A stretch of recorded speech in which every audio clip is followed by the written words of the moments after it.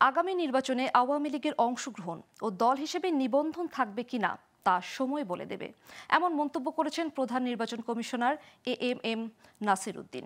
সকালে সিলেটে ভোটার তালিকা হালনাগাদ ও ত্রয়োদশ জাতীয় সংসদ নির্বাচন উপলক্ষে আয়োজিত মতবিনিময় সভায় সাংবাদিকদের এক প্রশ্নের জবাবে তিনি এই মন্তব্য করেন।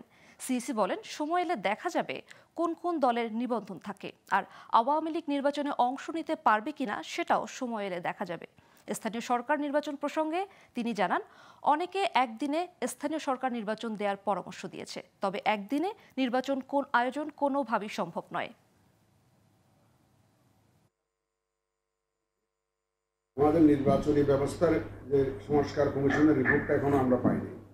তো এই রিপোর্টটা পেলে তারা কি কি সুপারিশ দেয় এগুলো একটু পর্যালোচনা করে, তাহলে হয়তো আমরা সিদ্ধান্তে আসতে পারবো। আমরা অপেক্ষা করছি তাদের রিপোর্টের জন্য। আর যারা দুর্নীতিতে জড়িত ছিল, আমরা মোটামুটি প্রমাণ পেলে কাউকে ছাড় দিচ্ছি না, এবং দিবও না।